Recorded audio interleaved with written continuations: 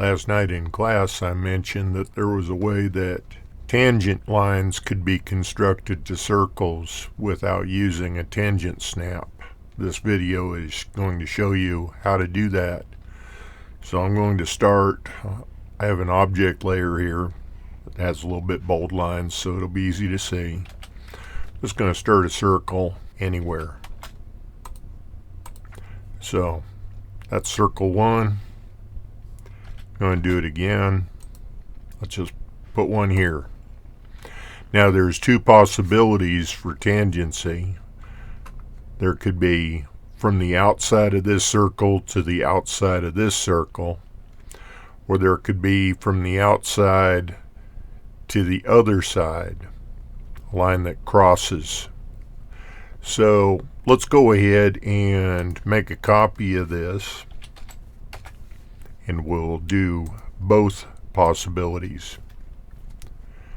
So focusing on this one first, what we need is to have the radius of this circle minus the radius of this circle.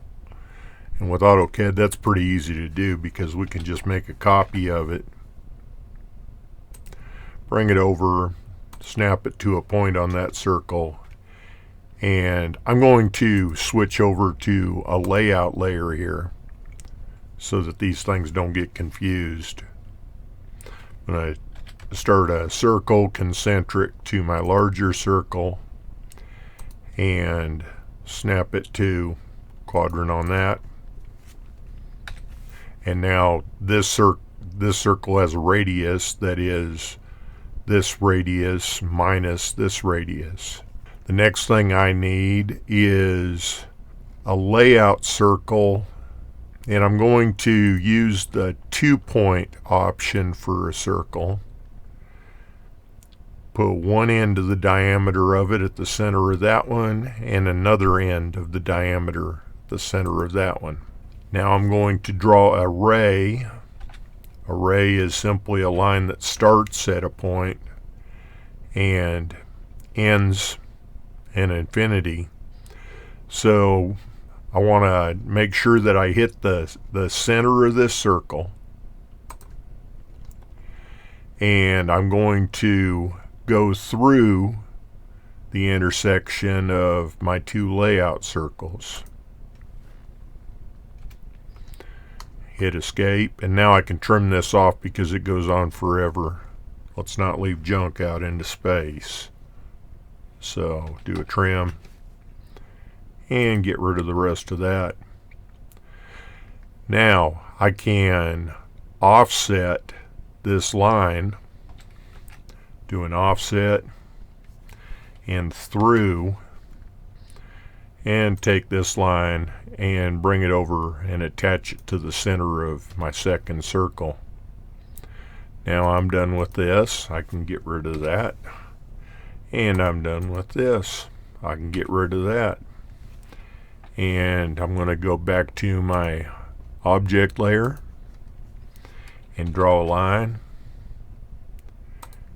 and connect the ends of those two layout lines.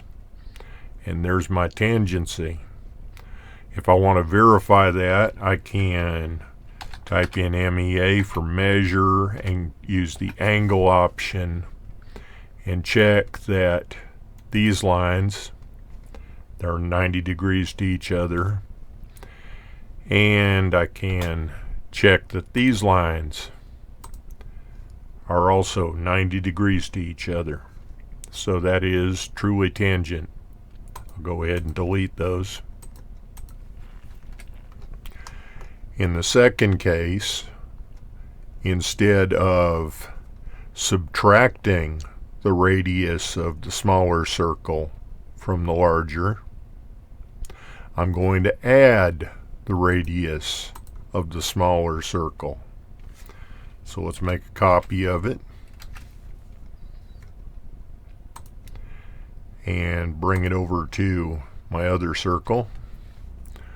I'm going to switch to my layout geometry here, make a circle concentric to that and plus the radius of that smaller circle. Delete that. Again, I'm going to make a 2-point circle with the ends of its diameter at the center points of my 2 original circles. Start array again at the center point of this circle and going to the intersection of my 2 layout circles. I can trim that back, and now I can do an offset again. O for offset, T for through, and bring it over and attach it to the center of circle number 2. I can get rid of this geometry again, go to my object layer and draw me a line from that point to that point, and I can check this again. MEA for measure, A for angle. Is that line perpendicular to that one? Yes, it is. Again, that one and that one. So that is how to quickly and easily develop tangencies to circles of random dimensions.